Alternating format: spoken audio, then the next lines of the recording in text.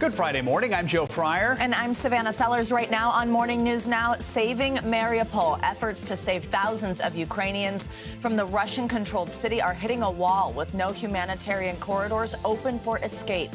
What we're learning about the people who have made it out and those still trapped inside a steel plant in the city. Plus, what's in the new military aid package the United States is now sending to Ukraine. New this morning, revealing audio shows House GOP leader Kevin McCarthy saying he would urge then-President Trump to resign shortly after the January 6th riots. I've had some few discussions. My gut tells me no. I'm seriously thinking of having that conversation with him tonight. We'll have more of that conversation and McCarthy's concern about fallout from a second impeachment. Growing backlash this morning over new guidelines in Florida saying transgender kids should not get gender-affirming care. The damage doctors say the delay of this type of care is having on transgender kids, both physically and mentally. And saving our planet. Today is Earth Day, and as concerns grow over climate change, what can we do now to make sure our planet is protected for the next generation? We'll take that question to an expert later this hour. Hey, everyone. We're happy to have you with us on this Friday morning. Happy Earth Day. Happy Earth Day to you, Joe. We begin this morning, though, with the war in Ukraine, where efforts to evacuate people from Mariupol are stalling again. Yeah, Russia says it now completely controls the city. Yesterday, a convoy of buses carrying just 79 people reached a safer city. Today, no humanitarian corridors are open, despite calls from Mariupol's mayor for a full evacuation of the city. The mayor estimates more than 20,000 residents have been killed there. These new satellite images by American company Maxar show what that company says is a mass grave in a nearby town, appearing to grow bigger with time. Beyond Mariupol, Ukraine says that Russia has captured now more than 40 towns in the east on Thursday as part of its large-scale assault on the Donbas region. Yesterday, President Biden announced a new package of weapons worth $800 million, which he says will help Ukraine with this new phase of the war. This package includes heavy artillery weapons, dozens of howitzers, and 144,000 rounds of ammunition to go with those howitzers. It also includes more tactical drones. We have to accelerate that assistance package to help prepare Ukraine for Russia's offensive that's going to be more limited in terms of geography, but not in terms of brutality. Not in terms of brutality. NBC News global correspondent Raf Sanchez joins us now from Lviv. So, Raf, let's start with Mariupol. What is the latest on the situation there? And also, what more can you tell us about those images we just saw purporting to show a mass grave in a nearby town? Joe, Mariupol city officials are saying this mass grave may be the site of one of the worst war crimes of the 21st century. They are saying there may be up to 9,000 bodies at this site. If that is the case, NBC News has not independently verified that, but if it is the case, that would be far worse than the horrors we saw in Bucha. Mariupol city officials say these bodies are buried in large trenches, sometimes one on top of another, wrapped up in plastic, and they say this was an effort by Russian forces to try to conceal evidence of war crimes by moving these bodies into these mass graves. Now, those images from Maxar show that site as of April 3rd, but Mariupol officials are saying it has been growing larger every single day since then. Russia has not commented on these claims about a mass grave. But, Joe, this may be just a very small taste of the horrors that we have yet to see inside Mariupol. Now, in the city center, those Ukrainian forces, along with a lot of civilians, are still holed up in the remains of that steel plant.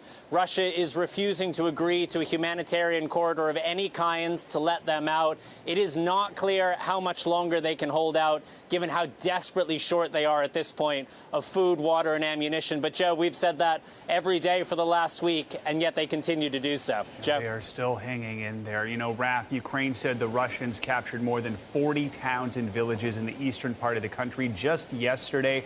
What are some of the key battlegrounds right now in the east? So the Russians focus very much on those two key provinces of Donetsk and Luhansk. The governor of Luhansk saying 80% of his province is now under Russian control. He's urging civilians to get out of there while they still can. This is a very long front, Joe. It stretches 300 miles. And Ukrainian officials say they're fighting something that looks more like the Second World War here. And what they need most badly is artillery shells. President Biden announcing yesterday from the White House that that is what he's sending. You heard him just now saying 144,000 artillery shells are on their way to Ukrainian troops. That's enough to last them about 3 weeks. It's not a long time, but it is a very important stopgap. He's also sending around 120 Phoenix Ghost drones. Now, these are really interesting, Joe. The U.S. Air Force developed these in record time, just a couple of weeks, specifically with Ukraine in mind. They're what the Pentagon calls loitering munitions. You and I would call them kamikaze drones. They take off, they circle above their target, and then they slam into them with explosive effect.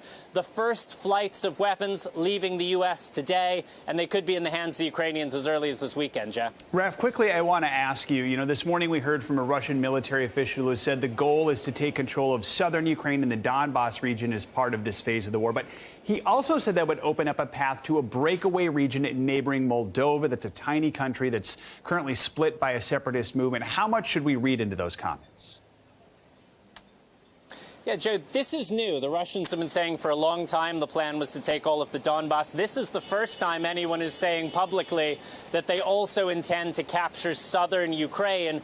The argument he gave was to create a land bridge from Crimea, annexed Crimea, through to Transnistria, which is this breakaway republic in Moldova. It's Russian-speaking.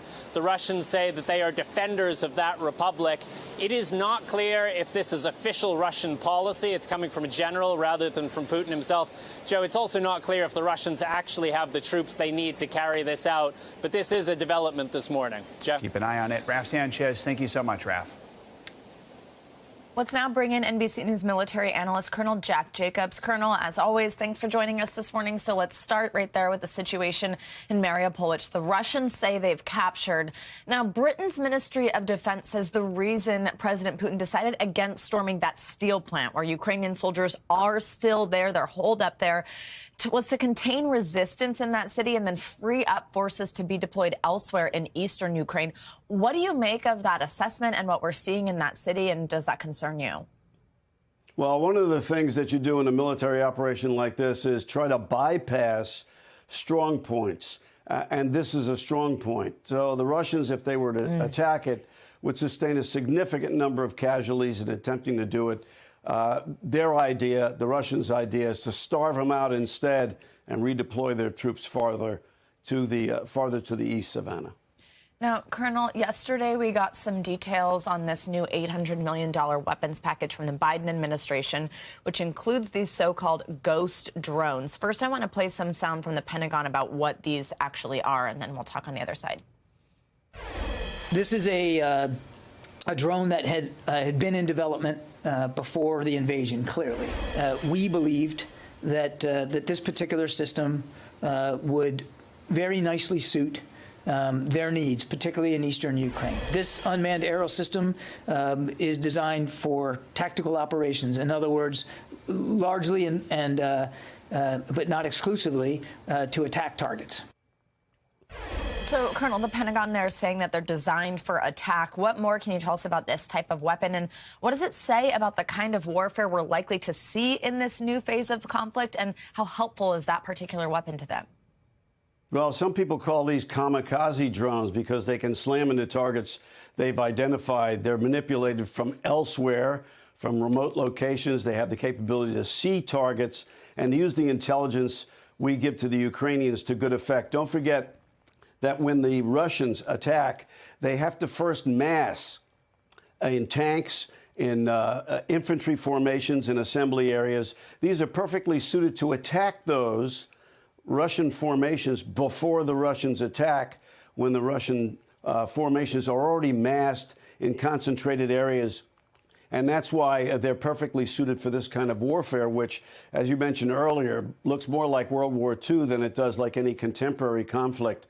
One of the things that's that we're sending to the Ukrainians that was eluded, it's worth remembering, is counter-battery radar. It's radar that we give to the Ukrainians that's capable of assessing exactly where enemy artillery, Russian artillery, is coming from, and to fire back at it with precision very, very quickly and destroy the Russian capability to support their troops with artillery fire. That may make the difference in the battle for the East, Savannah. And Colonel, quickly, I do want to ask you something. We heard from Raf a little bit earlier about these gains the Russians are making in eastern Ukraine. President Zelensky seems to think these captures will only be temporary, and officials there say they could regain that territory. Is that realistic, in your opinion? And how much more difficult will that be compared with what we saw in and around Kyiv, for example? Well, the terrain here is very much different, obviously, than in built-up areas, wide open terrain, suited for attacks by tanks, which the Russians have lots more of, and support by artillery. Still, we're sending lots of anti-tank weapons, both the Javelins and the Bofors weapons that are being provided by the United Kingdom to the Ukrainians. They may make short work of the Russian tank formations, and it will enable the Ukrainians to counterattack if they have the kind of sufficient support we've been talking about.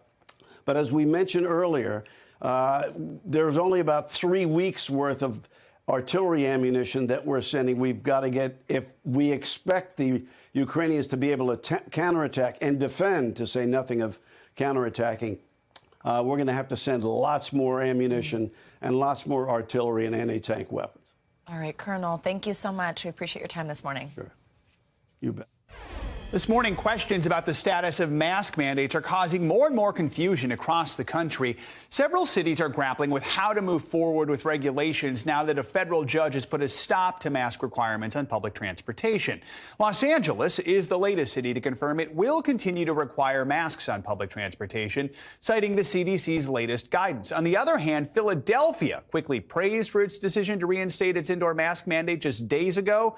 Well, it's now dropping the policy because of a decrease in COVID cases. But overall, COVID cases are rising across the country, up nearly 23% in just the last 2 weeks. But in that time, COVID-related deaths have dropped 33%, which health experts call a good sign. Let's bring in our health expert. NBC News senior medical correspondent Dr. John Torres joins us now for more on this. So, Doctor, let's talk about Philadelphia walking back that mask mandate a mere days after it went into effect.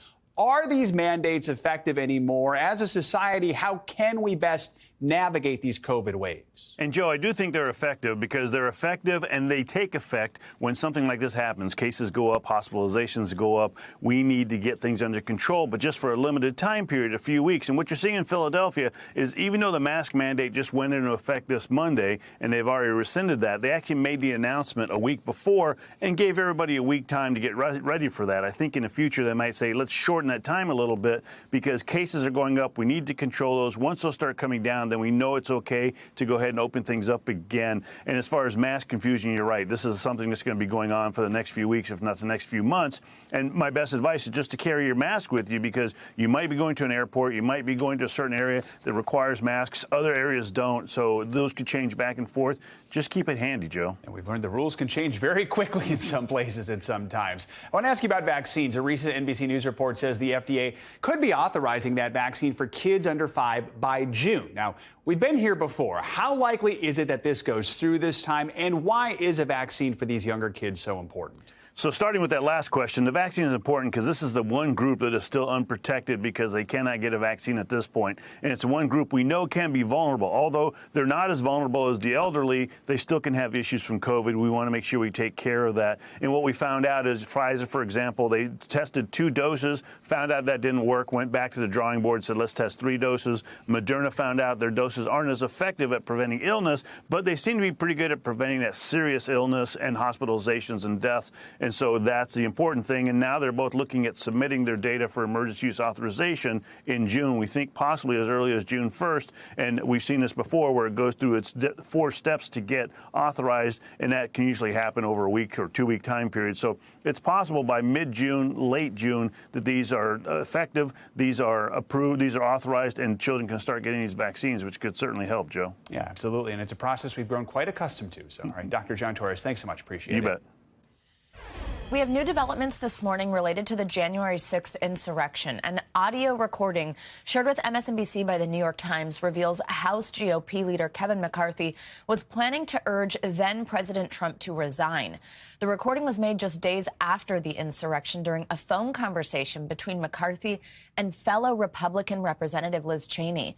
In that conversation, he said he believed Trump would be impeached following the attack, and he discussed possible outcomes if that were to happen. This is what I think. No, it'll pass the House. I think there's a chance it'll pass the Senate even when he's gone. And I think there's a lot of different ramifications for that. Now, I haven't had a discussion with the Dems that if he did resign, would it not happen? Now, this is one personal fear I have. I do not want to get into any conversations about Pence pardoning, anything like that. I mean, the only discussion I would have with him is that I think this will pass, and it would be my recommendation we should resign. I mean, that would be my take, but I don't think he would take it, but I don't know. McCarthy publicly criticized the former president just 3 days after the call while on the House floor, saying he should, quote, have immediately denounced the mob when he saw what was unfolding. But 1 week later, McCarthy then walked those comments back, saying he didn't believe the president incited the riot. McCarthy has denied all contents of the call in a statement on Twitter. NBC News has reached out to McCarthy's office for comment. Now, Representative Cheney's office released a statement this morning denying recording or leaking this conversation. We'll have more on this in our next hour. This morning, Walt Disney World is on the brink of losing its special self-governing status. Yesterday, Florida lawmakers passed a bill that would dissolve the theme park special tax district, which has been in place for more than half a century. Now the bill goes to Governor Ron DeSantis, who is expected to sign it. It's the latest salvo in the ongoing battle over the state's so-called Don't Say Gay law. NBC News Now correspondent Maura Barrett joins us again this morning from the state capitol in Tallahassee. Maura, good morning. So bring us up to speed on where things stand with the bill and what is next. Well, all that's left to make this official, Joe, is Governor Ron DeSantis signing it into law, and that's expected to happen very quickly. And from there, once Disney ultimately dissolves into the surrounding counties, that means that they no longer have jurisdiction over their own fire department, emergency services, utilities, sewage, water treatment. That all then goes to the surrounding counties, and that means that taxes and debt potentially that Disney has as well also gets transferred. But the thing is this isn't going to take effect until next summer, June of 2023. So about 13 months that Disney has to either push back against this new law or find compromise with lawmakers. And there's a lot of lack of clarity because this came into effect very quickly. It was introduced at the beginning of this week and is being signed into law potentially as early as today. And so we have not heard from Disney on how they plan on taking next steps. But it is safe to say that this might end up in the laps of a lot of lawyers, Joe. Yeah, and this might not be good for Disney, but it also could have a serious impact on taxpayers in Florida, especially in those two counties there. What's the reaction been like?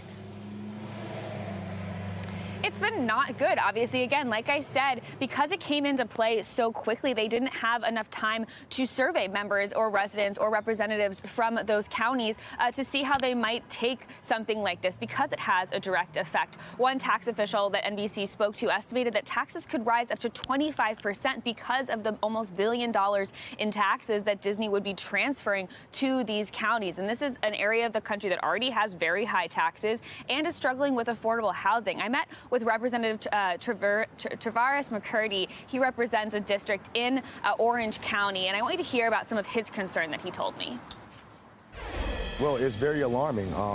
It can negatively cause individuals in Orange County and Osceola County, surrounding counties, to absorb cost burdens that we had nothing to do with.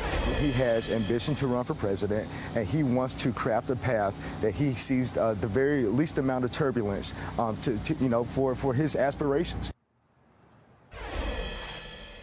Now, the he that he's referring to there is Governor Ron DeSantis, and obviously the politician here making a lot of waves in recent months with some of his political moves. A lot of speculation about whether he intends to run for president. But from what I heard from people here that were in the State House yesterday, they are very not happy and displeased with how quickly the governor is trying to take action to get political retribution, as they call it. And Maura, quickly, I know you spoke with a lawmaker who introduced this bill. What did he have to say? Well, Representative Randy Fine, our state Republican here, basically said he introduced the bill and sponsored the bill because of, as a direct correlation to that parental education and rights bill, or so-called the Don't Say Gay bill. They're trying to get revenge against Disney. I want to hear some of what he told me. When you kick the hornet's nest, other issues often percolate. That happens in the Florida legislature. So when all of this ruckus happened with the parental rights and education bill, we actually started taking a look at special districts, and we realized 6 of them had been established before the Florida Constitution was put in place, and they had all sorts of funky things going on with them. So we decided we would take a look at it and solve the problem. Now, this is just the latest in a trend we've seen of some companies in various politically contentious states take social political stances. Citigroup in Texas, for example, saying that it would pay to send its employees out of state to receive abortions if they needed one after Texas banned that. And so what remains to be seen as these companies are taking this stance and states are pushing back and punishing them, how that all will fall down the road later in November come midterms, and if it does have any political implications on the politicians that put this pushback into place. Joe. Maura, thanks so much. Appreciate it. Now we're coming up on another weekend of rough weather for some parts of the country. Let's get a check on your Morning News Now weather. Yeah, Bill Guerin joins us. Hey, Bill. Hey, good morning. Good news for some, as usual, but then we have the people that unfortunately aren't going to have such a wonderful weekend. So let's get to them first. And this storm is moving through California into the west, and then it heads to the middle of the country.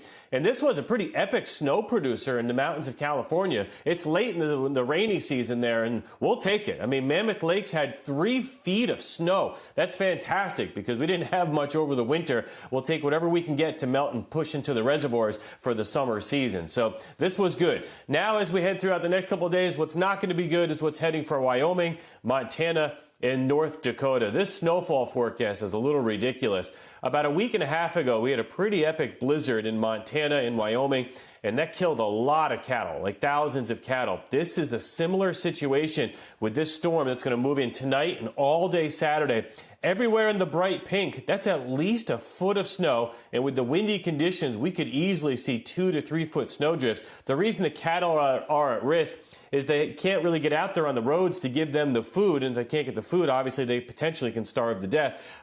So that's the problem that they'll be facing. The windy conditions, the fire danger is very high. We have the one big fire near Flagstaff. Today, any fires that form in New Mexico, Colorado, through western Kansas, you're under high wind warnings. We would see rapid fire spreads. The winds aren't too bad now, but they'll pick up this afternoon, and the humidity levels are very low, 10, 15%. You know, that's like where you need the chapstick and lotion constantly because there's just no moisture in the air, and if any fires do form, guys, that would be a huge issue. So there is some good, though. The Eastern Seaboard is going to see probably one of the best April weekends in a long time. So, you know, just pick your poison where you are. Yeah, really. Wow. A lot going on, as always. All right. Thanks, Bill. See you next hour.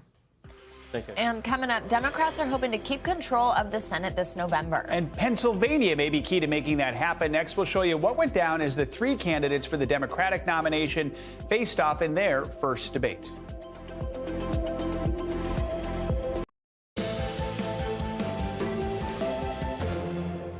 Welcome back. More of our coverage on the war in Ukraine coming up, including the animals rescued from a bombed zoo and the zookeepers who were killed trying to protect them. But first, here are some of the other stories making news right now. Yeah, we're just weeks away from the Pennsylvania primary, and the 3 candidates for the Democratic nomination for the state's open Senate seat just held their first live televised primetime debate, which included some heated moments. NBC News correspondent Dasha Burns joins us now from Harrisburg. Hey, Dasha, good to see you. So this, of course, is a battleground state, and it might actually be the best shot Democrats have at picking up a seat in the chamber. Tell us, who are the candidates in this race? Hey, Savannah, great to see you, too. And that's exactly right. That's why Pennsylvania is so critical. And the three contenders vying for the chance to win that seat for the Democrats include Lieutenant Governor John Fetterman. He is by far the front runner, both in polling and in fundraising. He is a progressive candidate, but he has been campaigning on the promise that he can unite Democrats and bring over some moderates and some conservatives as well. He's been spending a lot of time in the rural areas of Pennsylvania. He's more of an unconventional guy. He stands at 6 feet 8 inches tall, does not speak like a politician, and is really trying to win over working class voters. Then you've got Connor Lamb, who is styling himself as the moderate candidate who can win over moderates and Republicans as well. And he is trailing, though, Fetterman by double digits. And then you've got State Representative Malcolm Kenyatta out of Philly, who is running from behind, but last night did create some interesting moments, and it was definitely a heated debate, Savannah. Yeah, okay, let's talk about some of that. Tell us about some of the biggest issues that caused these clashes last night. Well, look, they talked about all of the critical topics that you might consider, inflation, energy, right? But the most heated exchange came after a question to Lieutenant Governor John Fetterman about an incident in 2013 when he chased down a black jogger who was unarmed. He chased him with a shotgun because he heard fire. He thought that this might be the person. He chased him down, waited for police to come. Turns out he was unarmed. And he has been getting a lot of criticism for this incident. I want to play you that exchange, his response to a question about whether he would have done things differently if he were given the chance. And his opponent certainly took that moment to jump in and to criticize him for not apologizing for that incident. Take a listen. I heard a burst of gunfire with my young son. I made a split-second decision to call 911, get my son to safety, and intercept an individual, the only individual out, running from where the gunfire came, and intercept him until our first responders arrived. And I just think that's disqualifying for any of us who have to work hard to gain the trust of the black community. So you still refuse to say, I'm sorry, to this day? I'm the only Democrat that successfully confronted gun violence. You're the only Democrat who used a shotgun to chase down an unarmed black jogger. So definitely the most explosive moment of the night, but the candidates also distinguished themselves on issues like suspending the federal gas tax, which Fetterman is for. The others are against. On the wealth tax, which got Fetterman's probably biggest line of the night. He said, you'll know it when you see it when it comes to income level, that where billionaires should pay their fair share. And on legalizing marijuana, Fetterman ready to go, whereas Connor Lamb wants to take it slow. And hey, Dasha, quickly before I let you go, what have these candidates said at this point about President Biden's job performance? Yeah, they were asked to give President Biden a letter grade for his job so far. Here's what they had to say. I'm just not sure who John thinks he's sharing the stage with. I am the one person who has voted for every item in Joe Biden's legislative agenda, including Build Back Better, which allowed it to pass the House with very narrow margins. The bottom line is Joe Biden deserves if we could have Democrats voting together like Democrats and lean in and deliver transformative legislation. This is Putin's price hike at the pump. This has nothing to do with the president. The president has helped spearhead transformational legislation. The challenge, Savannah, though, for Democrats is going to be this issue of inflation and the economy. If the White House is not able to do much more before November, it's going to be really difficult for Democrats to make the case to voters, Savannah. All right, Dasha Burns back on the trail for us. Thank you so much. Clashes broke out between Israeli police and Palestinian protesters at a holy site in Jerusalem this morning. NBC News foreign correspondent Claudio Lavanga joins us with that and more. Other stories that are making news this morning. Hey, Claudio, good morning. Good morning, guys. Yes, Palestinian protesters and Israeli police have clashed once again today at the Al-Aqsa Mosque in Jerusalem. It's a holy site that is sacred to both Muslims and Jews. Israeli police has shown footage of Palestinians throwing stones at them, at the police, which have responded, at least according to journalists at the scene, with stun grenades and rubber bullets. The Palestinian Red Crescent has said that 9 Palestinians were wounded, 2 of them seriously. And let's move to Portugal, where yesterday prosecutors said they have identified an official suspect in a disappearance of Madeleine McCann, a British girl who went missing at a holiday resort there in Portugal in 2007 when she was only 3 years old. Prosecutors did not name the suspect, but the press in Britain and Germany have identified him as Christian Bruckner, who has not been charged in connection with her disappearance and has denied any involvement. His lawyer has declined comment to NBC News today. And last but not least, a flotilla of tall ships from across Latin America arrived at a port in Peru yesterday as part of a regatta that set off from Brazil in February and will end in Mexico in June. Tall ships from Brazil, Ecuador, Peru, Colombia and Uruguay take part in the event that is celebrated every 4 years as part of a deepening relations and strengthening cultural ties between all those countries, guys. All right, Claudia, thank you. And coming up, a dramatic example of racial inequality right in people's own yards. Thousands living without adequate septic systems, one hard-hit region, a predominantly black area in rural Alabama. It's not necessary for this to be going on in 2022. You got waste running in people's yard, neighbors' yard. Up next, the civil rights investigation into the problems this community is facing.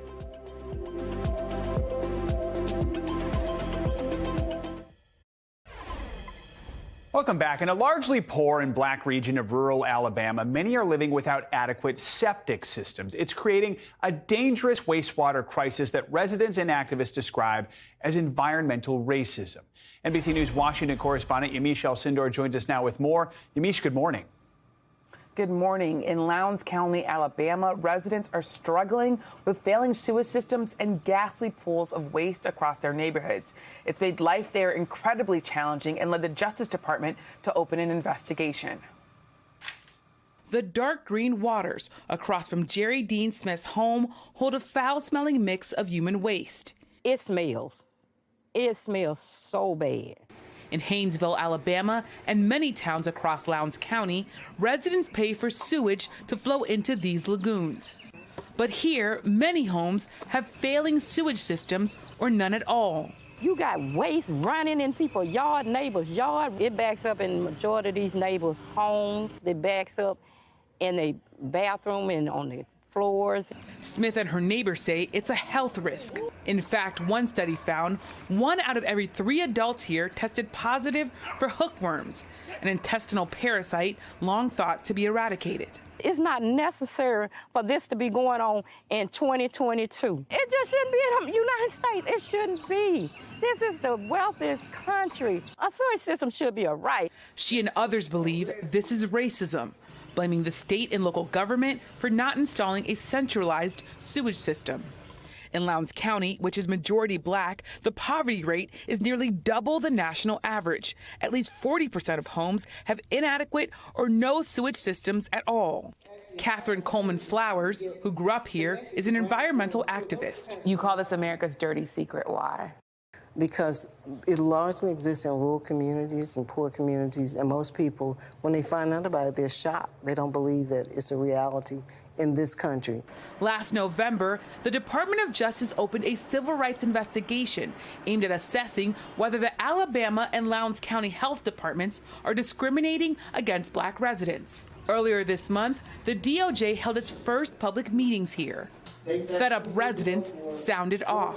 I hope that y'all coming to work it for real and not play us for stupid or crazy. Whether it's discrimination, direct or indirect, the net result is we need waste management system. A state health official disagrees and says DOJ won't find any wrongdoing. They'll come out with the same conclusion I had. I've done my own investigation. I see no discrimination. If you flush your toilet, you're responsible. Your home is your property. It's private property. She even suggested residents use outhouses. You've got an outhouse on the outside and you got sewage on the ground. Environmentally, the outhouse is better. She has personally started a nonprofit pilot program to put septic tanks outside some homes. But she says that organization doesn't have resources to help everyone. In the meantime, residents like 78-year-old Catherine Canyon are just trying to survive in squalid conditions. If I go in there, if it rains, and take a shower, or flush my stew, the waste coming back up, sometimes in my kitchen sink. So I don't use dish, I use paper plates. It got me disgusted. The sewage pooling below her trailer is rotting the floors. Recently, she says she broke her arm falling through the floor, but she can't afford to fix it or to move. How do you feel living in this state? Trapped. Nowhere to go. But we just have to pray and have faith and hope tomorrow will get better. The Biden administration has requested $1.4 million from Congress to open an environmental justice office to investigate whether Americans' civil rights are being violated in cases like this.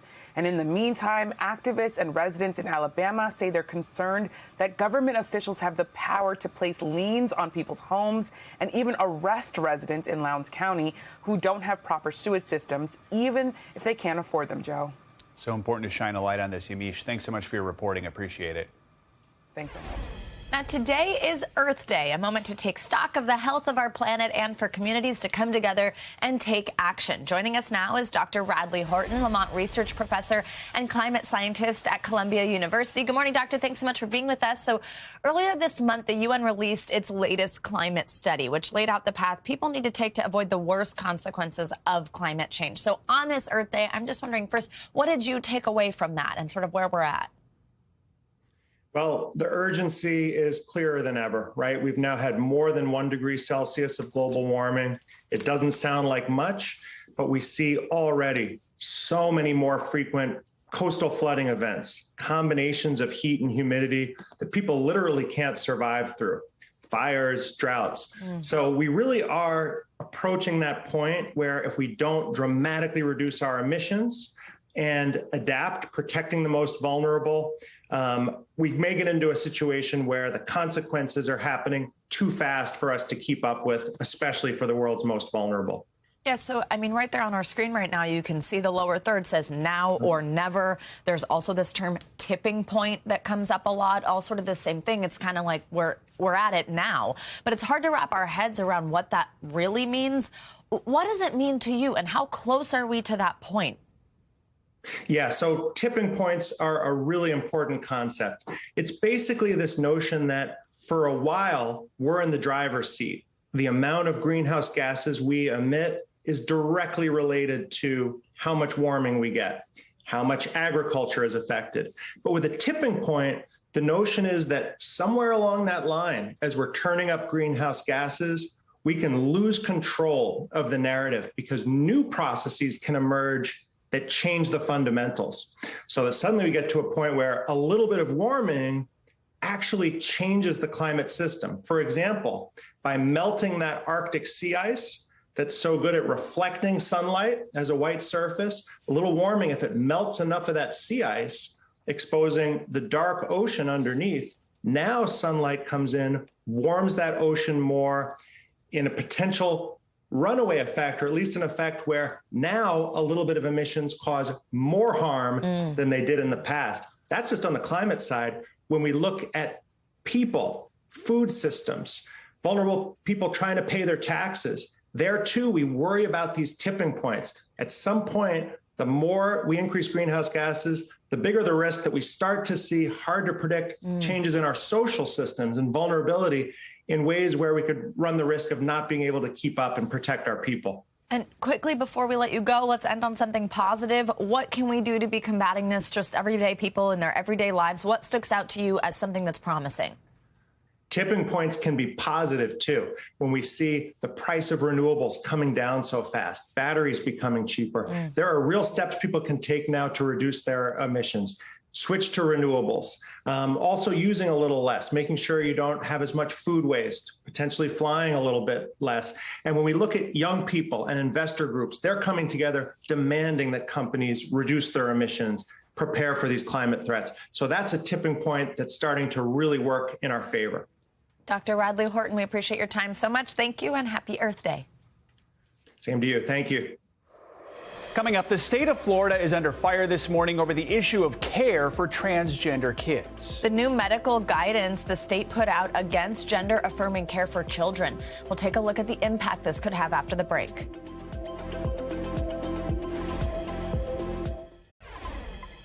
LGBTQ advocates are blasting new guidance from Florida's Surgeon General. In a memo published this week, Florida's Department of Health said that transgender kids should not receive gender-affirming care. That care includes puberty blockers and hormone therapy. Now, this memo is not a law or rule. It's simply guidance. But it comes about a month after the federal government published a fact sheet that offers very different guidance. The Department of Health and Human Services says gender-affirming care for minors is crucial to overall health and can increase their confidence while navigating the healthcare system.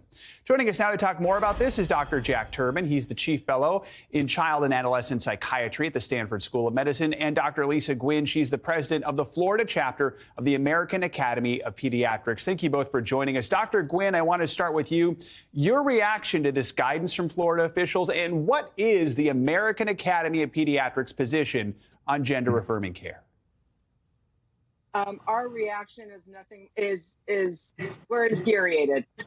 We've been through a lot in the state with this nonsense of politicizing science and medical care, and this is just taking it to a whole nother level. We support gender-affirming treatments for teens and children. We work very hard with families. This is not an easy journey for children and families that are going through this, and there are standards of care, and we follow those standards of care, and we do not feel that having our health department, it's an appropriate lane for them to be in. Dr. Turbin, let's talk about mental health. The Trevor Project says LGBTQ youth are more than 4 times more likely to attempt suicide than their peers. The numbers are even higher for trans kids. What does research tell us about gender-affirming care? How much does it help when it comes to mental health? We have decades of research at this point that shows that affirming young people's gender identities results in really good mental health outcomes. And on the flip side, whenever we reject these kids or tell them that they can't live as their gender identities, that there are high rates of all kinds of mental health problems, anxiety, depression, suicidality. And so it's really scary to see the health department spread all of this misinformation that's going to scare families into thinking that they shouldn't affirm their kids. And I think it's really dangerous guidance. Dr. Gwynn, the guidance from Florida also says trans kids should not receive gender reassignment surgery. Surgery is an issue that comes up a lot when we're discussing these things, but surgery is actually pretty rare for kids under 18, right? That's correct. That's correct. We take them through this journey of treatment, with surgery being the very last step and something that is a decision that these patients make after they are adults. And so the statement made it seem as though we have these gender reassignment surgeries when they're children and teens. And in fact, that is not the case. Dr. Turbin, it's not just medical care we're talking about here. This Florida memo says trans kids should not get what's known as social transition care. That means gender pronouns and using the clothing that actually matches your gender identity. What could be the impact of that? Yeah, it's strange guidance to have from a public health department because it's really not a medical intervention at all. Really all that a social transition implies is that a kid's allowed to explore freely. So they use names, pronouns, dress that feel most authentic to them. And the research shows that when you let them do that, they have good mental health. And when you don't, that instills a lot of shame, that drives anxiety and depression. It often damages relationships within the family. And so again, it was both unusual guidance and guidance that from a research perspective I would think is going to lead to bad mental health outcomes. So, Dr. Gwynn, here's the question to sort of button all this up. At the end of the day, could this Florida memo have much of an impact in that state, or will most doctors still defer to organizations like yours? Doctors will still refer to organizations like ours. It is not just the American Academy of Pediatrics, but every organization that is involved, whether it's adolescent gynecology, whether it's the American Psychological Association. There's numerous organizations in which this issue interfaces with, and we are all in agreement. So we will continue to provide gender-affirming care to our patients in hopes that they can lead a happy and healthy life. Every child deserves that. Dr. Jack Turbin and Dr. Lisa Gwynn, thank you both for joining us to help us better understand this important issue. And to our viewers, if you or anyone you know is struggling, you can call the National Suicide Prevention Lifeline at 800-273-8255 or text TALK to 741-741. Now, Wall Street is closing out a rocky week as the Fed's strategy for fighting inflation is making investors anxious. NBC's Christina Partsinevelos has that and more. Hey, Christina. Good morning. So Wall Street right now is under pressure as the markets just trying to avoid another losing week. Stocks erased gains yesterday after the Fed Chair Jerome Powell said the central bank is going to be more aggressive in fighting inflation, and that means higher interest rate hikes on the table when the Fed meets next month. And because of that, you had yields that increased on government bonds, I think the returns, and so that's weighed heavily on stocks. Why? Because debt will be more expensive in the future. The Dow falling more than 300 points while the S&P 500 dropped 1.5, the Nasdaq slid 2%. Gap is slashing sales forecasts and replacing the head of its Old Navy brand. Gap and other clothing chains we know have struggled to keep up with rising demand and managing inventory, especially as they have to deal with supply chain disruptions that have delayed shipments. So Gap plans to increase promotions right now at Old Navy, hoping cost-conscious shoppers may feel better about buying items on sale. And then lastly, Sony is working to put ads inside free-to-play PlayStation games. Insider reports the ads are expected to launch by the end of the year and will appear in areas that shouldn't distract from the game itself, such as billboards. Players could get rewards for watching these ads as well. Last week, reports said Microsoft was considering something similar for free-to-play games on the Xbox. I love how they still call it free-to-play games, but most often you have to pay for all the add-ons, right? Especially if the parents who have kids with Roblox, you got to pay a lot for these things. Yeah, I'm just trying to picture like suddenly a character's like drinking a can of Coke or something like that in the middle of the game. We'll see what that product placement looks like. Yeah, I wouldn't put it past it. Yeah, anything. exactly. Yeah. In the metaverse, right? We're all going to be doing this in the metaverse. Stop. Right? Drinking the Coke. I know. We can't do that. Okay, that word is banned, right? Thanks, Christina. Thank you. All right, and now it's time for this week's Good to Know. Today we've got a recall on zucchini, a new way to pay for groceries, and new Netflix subscription options that might be coming soon. Here's NBC News senior consumer investigative correspondent Vicki Nguyen. Good morning. Check your fridge before making that zucchini bread. World Variety Produce Inc. is recalling zucchini over salmonella concerns. It was sold at Walmart stores in 18 states. No illnesses have been reported by the company or the FDA, but the FDA says customers who purchase the product should throw it out. Pay for groceries with just the wave of your hand. Amazon announced that Whole Foods stores in Austin, Texas will be the latest to integrate its palm scan payment technology. After signing up online, customers will be able to pay in stores for their groceries simply by hovering their hand over an Amazon One scanner. The tech is currently available at Whole Foods stores in California, Colorado, New York, Seattle, and Washington, D.C. Amazon has said the biometric data gathered from the scanner is secure and it's not shared outside its system. Calling all binge watchers. In a recent earnings call, Netflix confirmed it is working to offer a cheaper ad-supported subscription option. The company did not offer specifics on the cost, but said more plans would be announced over the next year or two. The news comes as a big change for the company that has remained ad-free since launching and is grappling with declining subscriptions now. In the earnings call, Netflix reported a 30% loss of its revenue. Other streaming services like HBO Max, Hulu, and Disney Plus have also announced ad options amidst growing competition and rising prices for content.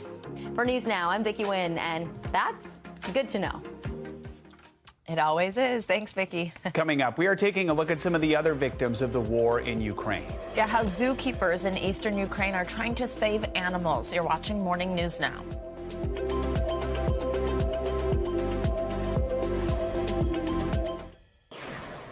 A YouTuber has lost his pilot's license after authorities claimed he purposely caused an aircraft to crash so he could film it. In the video titled, "I Crashed My Plane," Trevor Jacob jumps from his single-engine aircraft after it appears to stop working before it crashes into the mountains. According to the Federal Aviation Administration, the video raised multiple red flags, such as Jacob wearing a sport parachute before the flight, having a selfie stick handy, and failing to call air traffic control or restart the engine. The FAA stated that Jacob's actions were egregious and intentional. Jacob did not respond to NBC's request for a comment. In January, he denied purposely crashing the plane to the New York Times. Now we're going to go back to Ukraine for a story of sacrifice and heroic efforts to try to rescue animals. NBC News foreign correspondent Matt Bradley has this one for us. Just 2 months ago, it was a refuge for animals and their two-legged friends.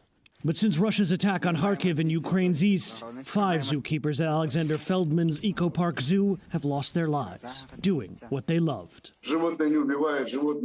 Animals don't kill each other for fun, he told me. Animals don't do the awful things that these people are doing to us. Some had volunteered to stay behind, to care for the animals, enduring constant shelling that destroyed much of the zoo, like these horse enclosures. But their deaths weren't in vain. Those horses had already been rescued, part of the zoo's extraordinary efforts since the fighting began to save a massive menagerie of 40 different kinds of animals, like lions, tigers, and bear macaques. A kind of latter-day Noah's Ark rescued from war. Some even going 2 by 2.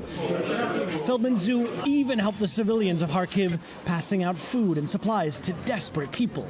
The animals joined a huge human exodus, headed to safety in the west of the country. And like their people friends, many of the animals were terrified.